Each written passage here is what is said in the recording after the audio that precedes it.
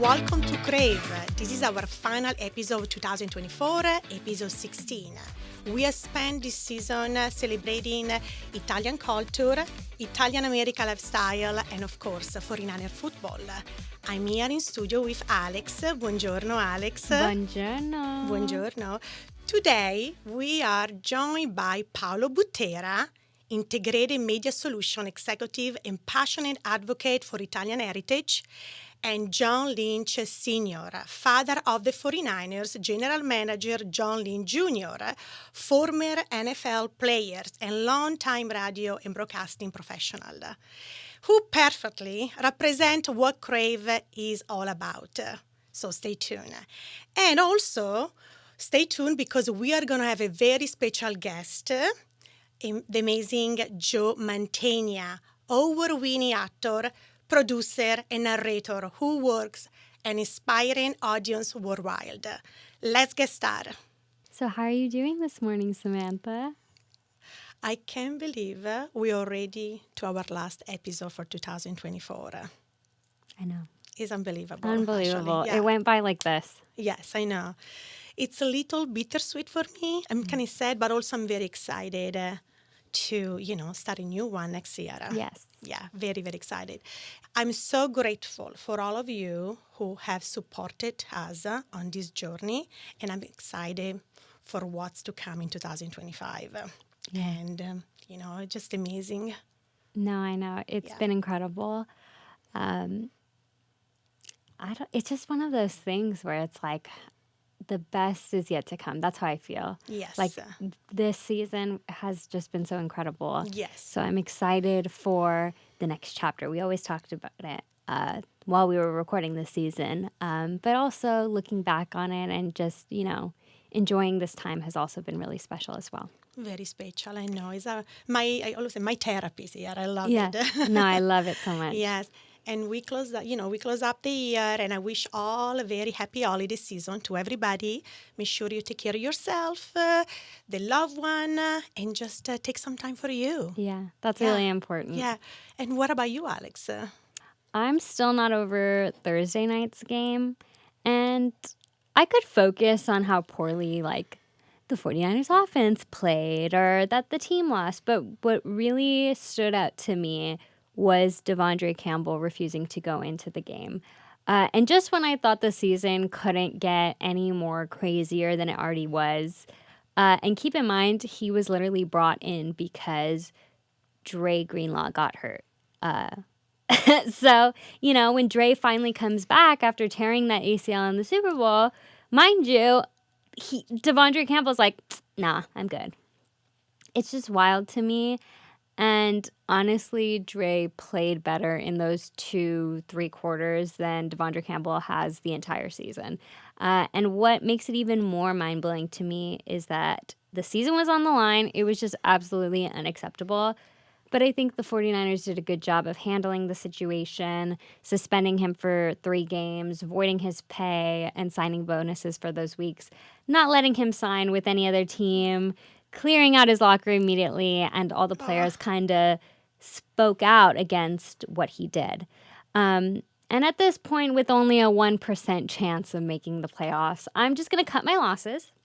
I'm going to shift focus for next season. But I will be back on Crave next season with more Niner updates for hopefully a better season. Today, we're thrilled to have 2 incredible guests who truly embody the perfect blend of what our show is all about: Italian-American culture, radio broadcasting, and a passion for the 49ers. Joining us are Paolo Butera and John Lynch Sr. They're here to share their unique perspective on the connection between Italian-American heritage, family traditions, and of course, their shared love of football. Let's dive into this exciting conversation. Thank you so much, Paolo and John, for being here today. Ciao, Paolo. Can you tell us how the Lynch and Butera families are connected, and how do you bring together the Italian-American culture, family value, and the love for football? Okay, so the Butera and the Lynch families are linked because my mom and John Lynch Sr.'s wife are sisters. How do we bring the family together? So, one thing that our Italian family and our Italian background brought, and is very apparent, clear, is the passion for family, for friendliness, for being together, and all that. Big John Lynch, who we'll talk to soon, has been bringing together a lot of people at his home, family, friends, for the holidays. Now, I will say we've had experiments some years with the blending of the two traditions. We have new staples, like Big John's pasta sauce every single holiday. Everyone. But yeah, no, it's and for the football, well, he has a pretty famous name in San Francisco right now. He's the senior. He's the one that came first. He actually is the first one that made it to the NFL. John came after. So I know that, football is in the family. And of course, I know that you are a 49ers fan. So I have to ask, how do you feel about the season and the challenges the team has faced? As a fan, you had to kind of go with the high and lows, especially the lows. But yes, this season is definitely a different experience because we had the pieces in place. We had the offense that we wanted, but we also had a lot of injuries. We had a lot of missing players. We had a lot of ups and downs, and there's a couple things that personally you miss also from the past, and unfortunately, Italians do like to dwell in the past, right? You kind of start thinking about things like this would not have happened if D'Amico was here. This would not have happened if Robert Saleh was here. This would not have happened if we had this player in defense or this player. So any quarterback, any wide receiver, any running back is really put under a lot of pressure. I'll say Kittle is in a good space because he's a tight end. So sometimes he blocks and he looks like he's there protecting everybody. Sometimes he detaches and goes for the, and he's been doing really well. Highlight of my season. Right? Yeah. Although I have about 50 Italian barbers that would do wonders for what is happening under that helmet. Because I'm sorry, the commercials that he had this year. Have you seen the commercials he's in? Yeah, where he has the bald cap on top of his head and then the long, beautiful, luscious hair. Yes.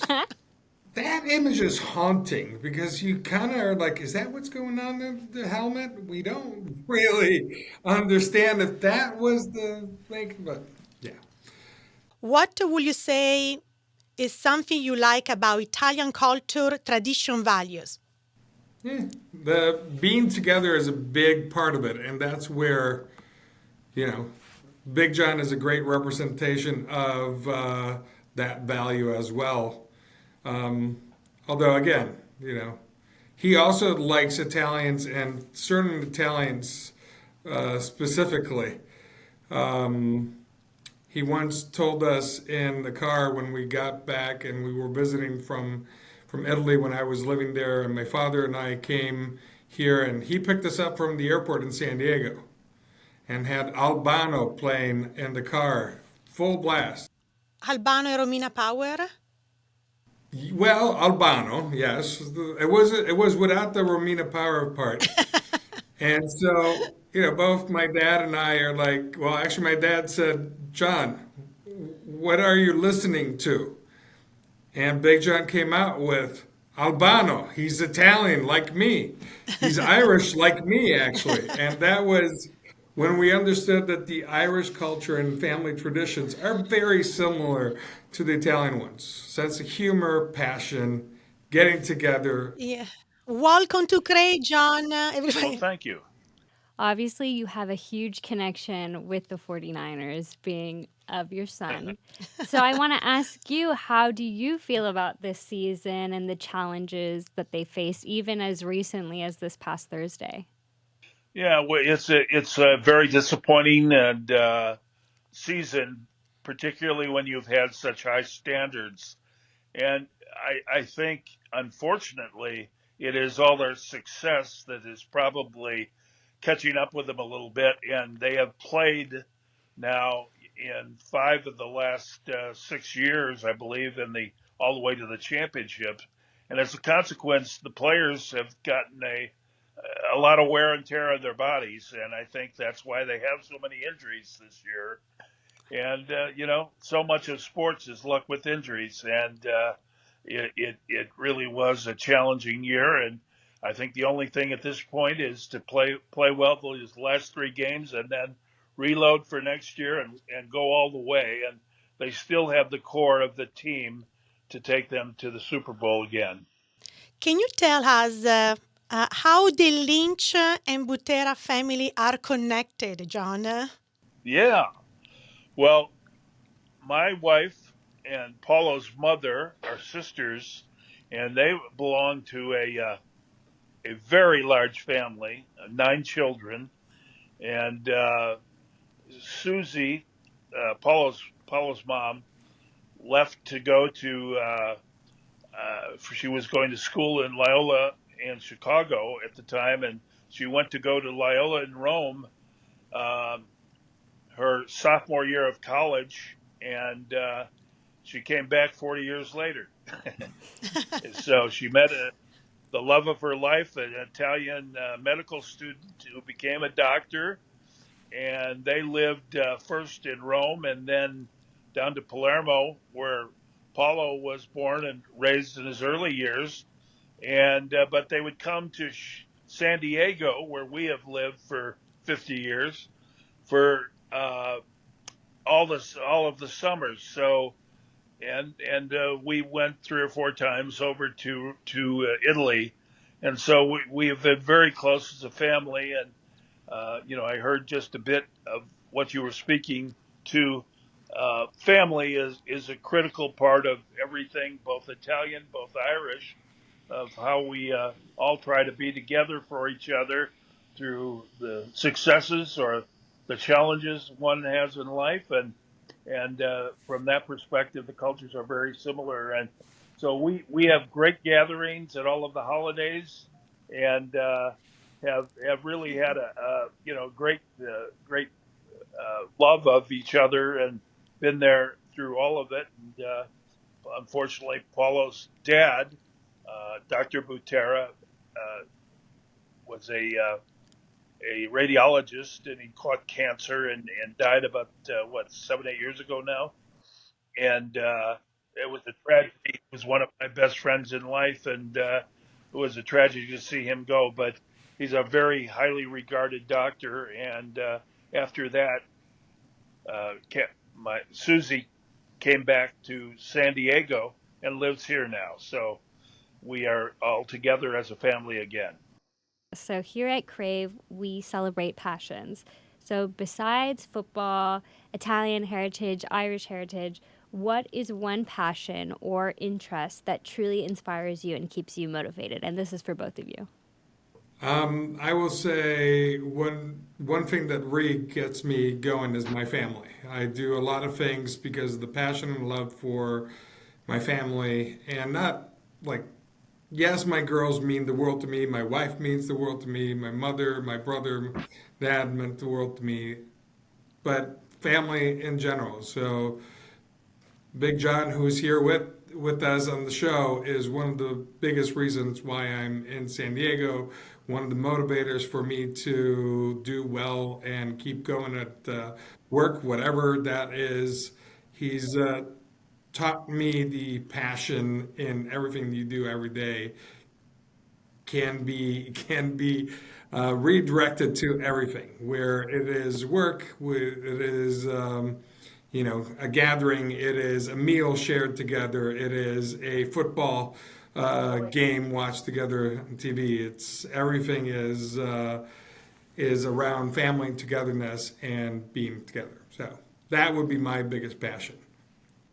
From my perspective, certainly family is probably the most important thing in our lives. But I've been in media for 50 years and buying and selling radio, television, newspapers, and have done my last act, so to speak. So for my very last act, I am actually writing a book right now, and it kind of details the Lynch family, and so certainly interspersed with the Buteras, but it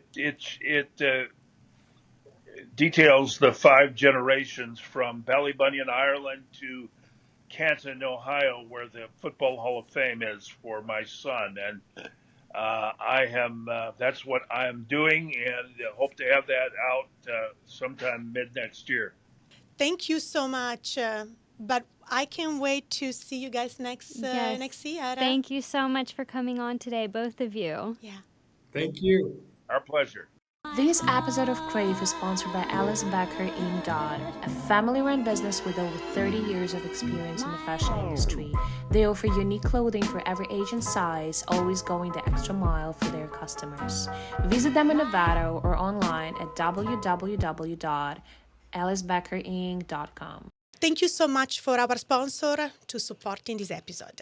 For our final episode 2024, we are thrilled to close up the year with an extraordinary guest, the one and only Joe Mantegna. Known for his iconic role as Dave Rossi in Criminal Minds, The Godfather Part 3, and his Tony Award-winning performance in Glengarry Glen Ross. Joe's career is truly legendary. Today, we will dive into his latest work as executive producer and narrator of 2 acclaimed projects, Camilla and the Miracle Filly, a heartwarming documentary that already won 7 awards, and San Pio Pietralcina, Man of Hope and Healing, a powerful docudrama. Joe, it's an honor to have you here. Welcome to the show, Joe.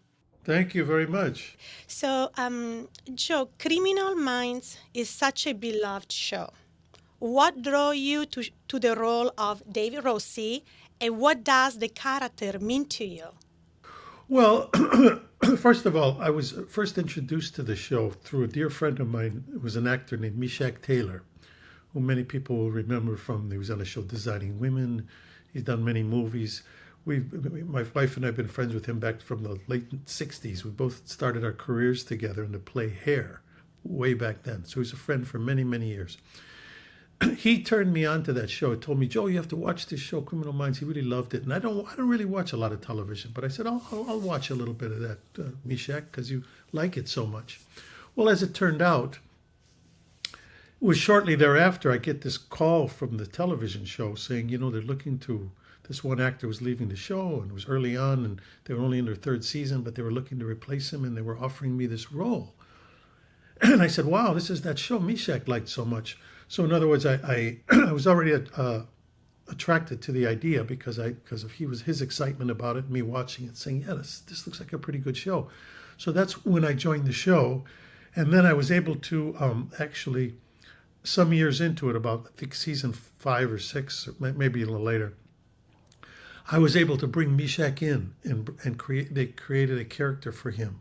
And my assistant, in fact, wrote the first episode. We wound up doing 3 episodes that involved his character. And he played my commanding officer in Vietnam because I wanted my character to be I do a lot with our military, and I wanted my character to be a former military person so that we can have a storyline that dealt with veterans and serious issues with them. So we had this whole storyline about that this character Meshach played was my commanding officer in Vietnam, and now he was homeless on the streets of Los Angeles. Why is he homeless? And I help him out, and there's a whole storyline of I put him into a facility that actually is a real facility here in Los Angeles called New Directions that takes in homeless veterans who are either drug addicted or alcoholics or for whatever reason or need help. So that became a crossover between my career and my personal life. And then that actor actually passed away, my dear, dear friend. And we were able to do the third episode after he passed, of all about the character's funeral and his death and all of that. And we had a big Marine funeral for him in the show. And so here was a situation where I was not just burying one of my best friends. I was actually, burying a character from the show, but also burying one of my real friends in real life. So it was very, very important to me. So which gets more into your question too about the character David Rossi. I purposely made him an Italian American because I am an Italian American, and I thought, I learned early on in my career, if you're going to do a series and you have a choice of input on the character, try to pick something that's close to you personally, because you may be playing it for quite a while. It's not like a movie or a play where you do it one time and then it's done. And as it turns out, I've just finished my 16th year on the show. So it really came to pass that, yes, it was important, or it was, I think, beneficial for me to incorporate much of who I am, at least in terms of my background, in terms of my heritage, in terms of my many things about me, into that character. So when you see David Rossi, there are many aspects about that character that I think are actually personal to Joe Mantegna as well, and that makes it much easier and more fun and more personable and personal for me to do. You have become a beloved figure in both Hollywood and Italian American community. How has your heritage influenced your work and the project you take on? Well, yes, it influences greatly, and I think I explained much of it even in my last answer, that I've had the opportunity to play different ethnic roles throughout my career. I've been doing this for over 60 years now in this business. But when given the choice, I often will gravitate toward playing an Italian American, partly because I want to offset sometimes some of the negative stereotypes that Italian Americans get. And I've played those characters as well. I mean, I did the movie Godfather 3. I played this character Fat Tony on The Simpsons, which is kind of more of a spoof kind of a thing. So, and I understand it, but I make no apologies about that. And my feeling is this: look, in terms of like the Godfather movies, the mafia does exist. It did exist. There were Italian Americans involved. I get it. Mm-hmm. That's fine. We're telling a story. But on the other hand, you've got Italian Americans going back to Da Vinci and Dante and all the great Italian. So when given the opportunity, I've always chosen to play an Italian American in very positive roles. I did that on the series Joan of Arcadia. I made that character an Italian American. When I did the series First Monday, where I played a member of the Supreme Court, I made that character an Italian American. I did 2 Woody Allen movies. I've made both those characters Italian Americans. I've done it on Criminal Minds, because my point is this: we shouldn't be stereotyping any ethnicity, whether it's Italian, Irish, German, black, white, whatever you want to call it. But it's okay to just show, look, there's going to be individuals in any, whether it's a nationality, race, whatever it may be, or there's going to be the good and the bad and everything in between. But I want to just show a fair representation of all of it.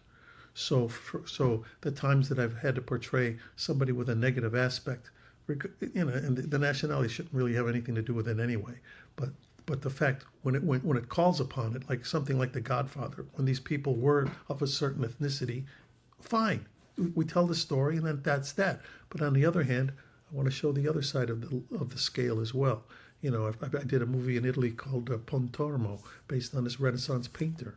It was a Renaissance painter. So it's been a real joy for me to be able to run the gamut of playing all kinds of different characters, and many of them of Italian descent. But I'm not just limited to that as well. I've played all kinds of different characters throughout my career, and that's why I feel very blessed. I have a fun profession. I make a living what children do for fun. Play make believe. You've had obviously a long and very successful career in both TV and film. What role or project are you most proud of, and why? Yeah, I wouldn't say there is one role. I mean, because I've been doing this for so long and I've enjoyed so much of it, I can't point to one thing and say, oh yeah, that's the one. there's an abundance of them. I mean, I could make a list and probably pick you a top 10 category. So I can think back. Sometimes it's not even the role. Sometimes it's just the whole experience. As I said, I've made 4 or 5 pictures in Europe, maybe 3 or 4 in Italy. I've worked in Moscow. I've worked in Germany. I've worked in Australia.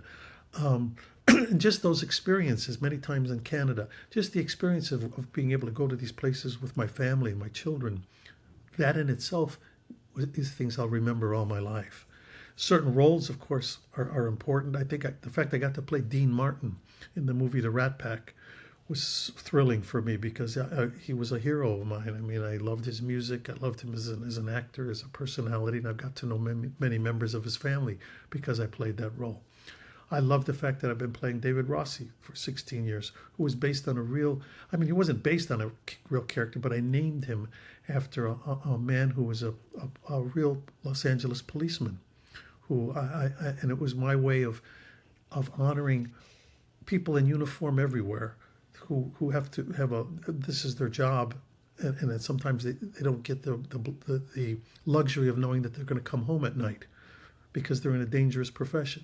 So I picked a real person who was with the police department and used his name because he was an Italian American. He was about ready to retire. He'd spent many years on the Los Angeles Police Department and became a friend of mine, and I thought, through him, I'm going to honor everybody who does this line of work.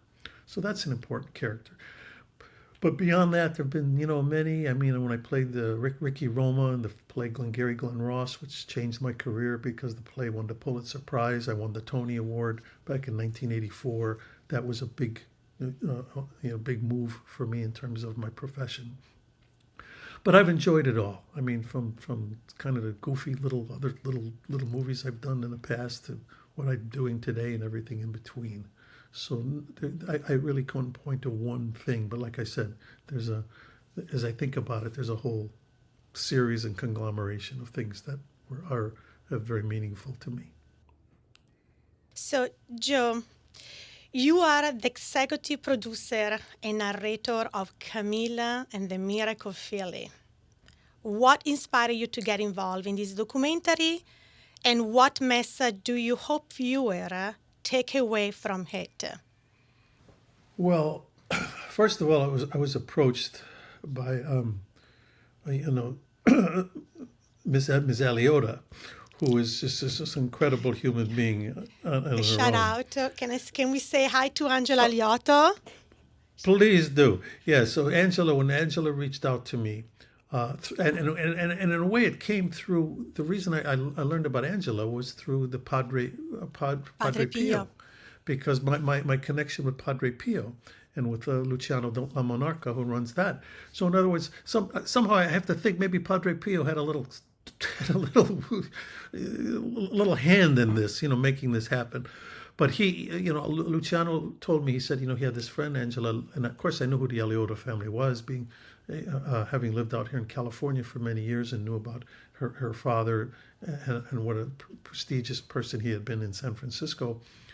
I said, oh, sure, I'd love to talk to her about this project. And then when I met her and talked to her and explained to her, she explained to me what she was doing and what this whole thing was. I was just so taken by it. She's a wonderful human being. I loved the passion she had for not just this horse, but for animals in general, and then specifically this horse, and how she was not going to take no for an answer and was going to do whatever she can to, no matter what people were telling her. Well, this looks like a hopeless case. You should just, put this horse down, and that's that. She would refuse to take that as no as an answer. This is a woman who's just driven. Her goal is to just be as positive as you can and do what you can as much as you can. And so this was a case of when she explained this whole thing to me and I saw what they had come up with in terms of this film. I said, oh my God, I would be honored to be a part of this. And so I jumped right in and have been involved with it ever since. And of course, I was able to go up and meet the star of the movie, the filly herself, and Camila and her mother and the mayor and all that. And it's been a beautiful connection and something I'm very very proud of being a part of.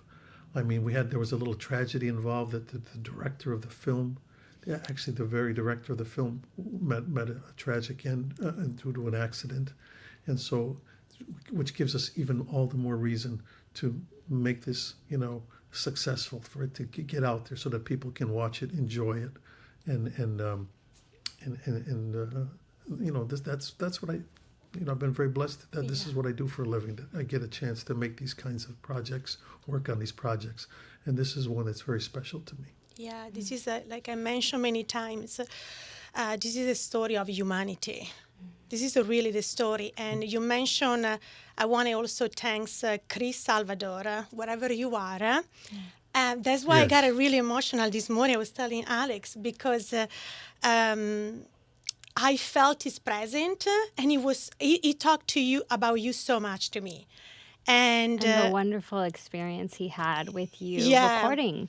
And I felt like he's present, and I was looking go through his message, say, why keep coming in my mind? I say, I can't cry, my mascara, I have to be on camera. Be strong, Samantha, I can't cry. And I felt him, he was smiling, almost he was so happy that we were talking about his film. Of course. And I just, I had the honor to meet him, work with him, and he's such a wonderful person. So, absolutely. So this is a testament to him. I mean, if you're going to leave a legacy, this is part of his legacy now. And that's why it gives me all the more impetus and energy and desire to make this succeed in his name, partly in his name. Let's go to Padre Pio, okay? Which is Padre Pio, very close to my dad and my grandfather. Let me ask you a question. Yes. And I honestly, Alex, I'm honored to ask this question. I'm really honored. In San Pio of Pietrelcina, man of hope and healing, you bring to life the story of San Pio, Padre Pio. What does this project mean to you personally? And what was like working alongside with Andy Garcia and Michele Placido? Well, again, sometimes things happen because maybe they're just destined to happen, or there's some divine intervention, or whatever you want to call it. But I think of Padre Pio, and I've been aware of him most of my life. I mean, I'm being raised a Catholic and understanding that I went a few years to Catholic school, and the saints and this and that, and there's obviously a myriad of saints out there. But here was this one saint that first of all, I'm very close to especially my mother's side of the family, who was from basically a town in Puglia called Acquaviva della Fonte. Yeah. Now, this is not far from where Padre Pio, spent his life. And so here was this connection right away, even just in terms of geographic, that I have this family in Puglia that I'm so close to. I'm probably closer to them than to many of my relatives in the United States, because I've been going there since 1975, and they've come here, and they have a special place in my heart. So it seemed almost serendipitous that became this connection. And then I ran into Luciano La Monarca some years ago, who was involved with his Padre Pio Foundation. And so, again, you want to call it divine intervention, whatever you want to call it. I don't know. I don't question those kinds of things. My feeling is, I guess that's where the word faith becomes involved. You either have it or you don't. And so, and I don't overthink it, because my feeling is, I give you an example of, I remember, I'm a Catholic, but I'm not going to pretend that I'm going to say, oh, I'm a great Catholic, that I do all the right things. I go to church every Sunday, this, that. No, I would be, a bolt of lightning would come down from heaven and strike me and say, Joe, why are you saying that? But however, I do remember when my oldest child was born. She was born very, very premature. She was born 3 months early, and she only weighed 1 pound, 13 ounces. And it was an emergency C-section that they did on my wife. And it happened in a Catholic hospital here in Burbank, California, St. Joseph's. And my name is Joseph. It's my patron saint. So here I am at the hospital. I have to go there. They tell me it's an emergency because my wife, like I said, she wasn't supposed to deliver that night, but due to an emergency, they had to take the child out. They take her out. They say she's very, very small. We don't know what's going to happen. We'll do our best. So I remember my wife was unconscious because they had to operate on her. This is 1987. I go. It was late at night. There was a storm here. It was June 5th. There was unusual for California to have a giant rain thunderstorm in June, but we had one that night. The power was out in my home, actually. There was power outages going on throughout the city. I went down to the desk in the hospital. It must have been around midnight, and I said, "Is there a chapel here?" They said, "Of course, it's a Catholic hospital." I remember going into the chapel, and I knelt down and I basically made a confession and said, "Look, I feel like that guy who's like, oh yeah, now I'm asking you for something. When, where have I been all this time? But now I'm asking for some intervention. I'm asking for some help and saying, please, if all this stuff is true, if all these things I learned as a child, and the fact that my grandmother had statues in her bedroom of the Virgin Mary that were as tall as I am, and things like that, if there really is something to this, please, I can use your help tonight." And all I could tell you is, afterwards, the next day when I came to the hospital, they said, "Well, your daughter survived through the night. I think there's a good chance she's going to make it." Well, my daughter is now 37 years old. She's special needs. She has autism, but I'll take that. I mean, that may be an offshoot of her birth, the difficulty of her birth. But she's a happy child, a beautiful woman. She lives with us. She's just in the next room. And I think of that.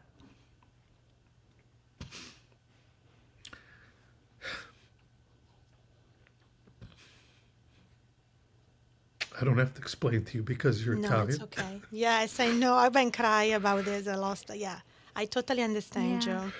It's all good. That's what faith is about. Yeah, Yes. Joe, I feel also we're here because also between Padre Pio and the miracle with Camilla, my dad and my grandfather, you mentioned the town, my grandfather and my dad, they're from Foggia, which is Padre Pio is like a very Yes, close to Pio. of course. And my dad tell me still today, my dad tell me all the story about Padre Pio. And Look, I'm 77 years old. My feeling is this: I've had a wonderful life. God willing, it's going to continue for however long it's going to continue. My mother lived to be 101. But all I could say is it makes me, when you get around this age, you get reflective about things. And so all I could say is I've had a very, very blessed life. And I live by the motto, everybody has a story, but nobody gets a free ride. I mean, so sure, I could tell people, oh yeah, I've had this, as I just told you the story of my daughter. But I'm not going to say, oh, woe is me, how, that we had to go through this. Because again, like I said, my story is my story, but I've had such a blessed life. These are the cards that have been dealt to me in my life, and it's fantastic. I have no complaints. I have no regrets. I wouldn't trade it for anything. And I know there are many people in the world who have had horrible, lives, are very unfortunate. So thank God there are individuals that come into play. And you take Padre Pio as an example. People who seem to have been brought on this earth for no other reason but to kind of move us forward, move civilization forward, hopefully move mankind in a positive direction. Because we don't know what it's all about. We'll find out about if there's heaven and hell and all these things at some point or not. But regardless of that, all we can do is be the best that we can be. And thank God there are these people who show up and seem to have that something that whatever it may be, whatever you want to call it, that in this case, sainthood, something that the world has benefited because they existed. The world is a better place because they were there. And so all I could say is, I'll never forget that moment walking into that chapel, and for me, a prayer got answered. And that's and whether or not that would have happened anyway, I'll never know, but I'll never question it. You know, that's my story, and as the line goes, that's my story, and I'm sticking with it. At Crave, we celebrate passion. Beside your incredible career, what one passion that inspired you, you motivated? Oh wow, you know, I think just the beauty of life itself, and just to be. Look, I've been very blessed. My wife and I were going to celebrate our 50th wedding anniversary next year. Oh, But we've known each other for Wow. longer than that. Yeah, So wow. we've been together for a long time. We've known each other even in high school. We knew each other, but we didn't make the connection till later. So I mean, I've been very blessed with that because she's a very strong woman and very giving woman and caring. And look, there's always obstacles along the way. Nobody has a perfect life. You can't say every minute was fantastic and I wouldn't change a second of it. No, but sometimes you have to go through obstacles and hurdles and go through the bad times to appreciate the good times. And all I could say is, it's worked out. So I mean, I've been fortunate to be surrounded. I've got two beautiful daughters. Like I say, my youngest daughter, she's been to Italy a few times as well. Both my children have traveled with us whenever we can. She's with her boyfriend right now in New York, which is fantastic because they seem to be such a wonderful couple, and I wish them the best. So I mean, when you say what's my passions, I think just the fact that just life itself. I wake up in the morning and I look out and I see. Right now, I'm looking out my window. I'm looking at a mountain. I'm looking at blue sky, and I'm thinking, whoever created this did a very good job. And those of us who believe in that. We thank them for that. We thank him. We thank her. We thank whoever your God may be.